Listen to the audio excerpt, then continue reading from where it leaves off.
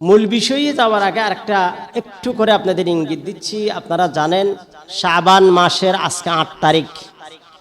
ইতিমধ্যে শাবান আমাদের মধ্যে উপস্থিত হয়েছে।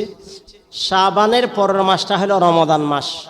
তো শাবান হলো রমাদানের প্রস্তুতির মাস।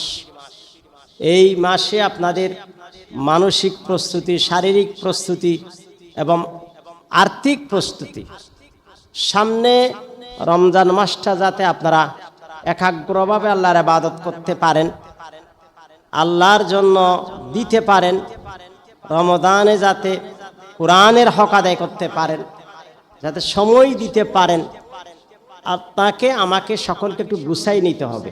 11 মাস আপনারা প্রস্তুতি নিয়েছেন, এই মাসটা হলো চূড়ান্ত প্রস্তুতি। একটা মাস আল্লাহর জন্য বাজেট করবেন। অনেকেই উমরা করতে চলে যাবে, আপনার আমার হয়তো বা উমরায় যাওয়ার মতো সামর্থ্য নেই, কিন্তু আমার দেশেও তো আল্লাহ আছে, সৌদি আরবও আল্লাহ আছেন, অর্থাৎ আল্লাহ যে জায়গায় আছেন আর সে ওখান থেকে আপনি সৌদি আরবে যারা আছে সকলকে আল্লাহ সমানভাবে দেখেন। ঠিক আছে কিনা? আমরা অন্তত আমার দেশে যতক্ষণ আছে রমজানটা যাতে কোরআনের মাস হিসেবে আমি আমার সর্বোচ্চ জিনিসটা আমি দিতে পারি, ইনশাআল্লাহ বলেন। আমি সৌদি আরবে অনেকদিন ছিলাম, দেখেছি বেদুইন ওরা পুরো 11 মাস প্রস্তুতি নিয়ে রমজান মাশাআল্লাহ ওই হেরামের চারিদিকে চলে আসে। একদম বেদুইন দেখলেই বুঝতে পারবেন আপনার চেয়ে আমার চেয়ে অনেক বেশি অভাবী, ছোট্ট একটা গাড়ি নিয়ে চলে আসছে। কি করবে? রমজানে মুসল্লিদেরকে, সাইমিনদেরকে ইফতার করাবেন।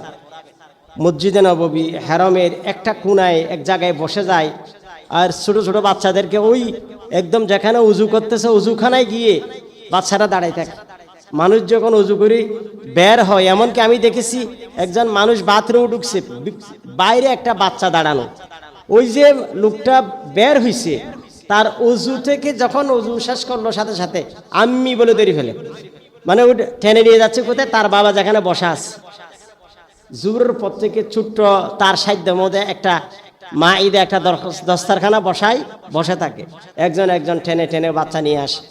একটু চিন্তা করে দেখেন, এটা বলাটা সহজ, তার আন্তরিকতা, তার দিনের প্রতি মহাব্বত, যে একজন সাইমকে ইফতার করাবে, রমজানের প্রতি তার যে ভালোবাসা, এটা কিন্তু বর্ণনা করে কেউ শেষ করতে পারবে না। সুবহানাল্লাহ বিহামদিহি। এই জন্য রমজান আসতেছে যাচ্ছে, আমাদের কোনো অনুভূতিই নাই। রমজানে দেখবেন আমাদের লোকেরা ভিন্ন কিছু নিয়ে ব্যস্ত হয়, মানুষকে কিভাবে ঠকানো যায়, কিভাবে দাম বাড়ানো যায়, এখান থেকে শুরু হয়েছে। আমি রমজানের সময় পাই না বেঁধে কালকে বাচ্চাদের জন্য কাপড় কিনতে গেলাম। কাপড় কিনতে গিয়ে দেখলাম 1 মাস আগে যে প্রাইস ছিল তার চেয়ে অনেক বেশি বেড়ে গেছে, এখনও রমজান আসে নাই। চিন্তা করে দেখেন, এরকম সব কিছুতেই দেখবেন যতই কন্ট্রোল করবেন, কিন্তু ওই লোক সাইমিনদেরকে গিরা কাটার জন্য বসা আছে। কিন্তু নাউজুবিল্লাহ বলেন, এই হলো আমাদের দেশ। এই দেশে রহমত কোত্থেকে আসবে? আল্লাহ সবাইকে বুঝদান করুন। তা আমি যে কথাটা বলতে চাচ্ছি, এই মাসেই কিন্তু রমজানের রোজা ফরজ হয়েছে। শাবান মাসের 2 তারিখ রমজানের রোজা ফরজ হয়েছে। এই মাসে আরো বেশ কিছু গুরুত্ব আছে, নিসফু মিন শাবানের মতো রাত আছে। এই জন্য বলবো আপনারা আপনাদের প্রস্তুতিটা চূড়ান্ত করুন, অন্তত রমজানে যাতে আপনি একটু একাগ্রভাবে, আমরা যাতে একাগ্র চিত্তে আল্লাহর ইবাদত করতে পারি, কোরআনের হক আদায় করতে পারি, তারাবি পড়তে পারি, কোরআন শুনতে পারি, সিয়াম সাধনা করতে পারি। সর্বশেষ রমজান শেষে যাতে আমি নিজেকে গুনাহ থেকে মুক্ত করতে পারি, জান্নাতবাসী হইতে পারি, ইনশাআল্লাহ বলেন। এ হলো আমার রমজানের মেসেজটুকু আপনাদেরকে দিলাম। আজকে থেকেই শুরু করে দেন অন্তত।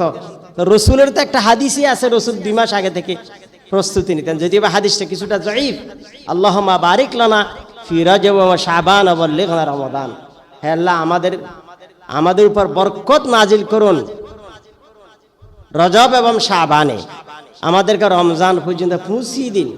এই দুটোটা তো আমরা হাদিসে পাচ্ছি। এই জন্য বলবো বেশি সময় নেই, আপনারা আল্লাহ আপনাদেরকে তৌফিক দান করবেন। সকলে আমরা রমজানের প্রস্তুতি নেব, ইনশাআল্লাহ বলেন।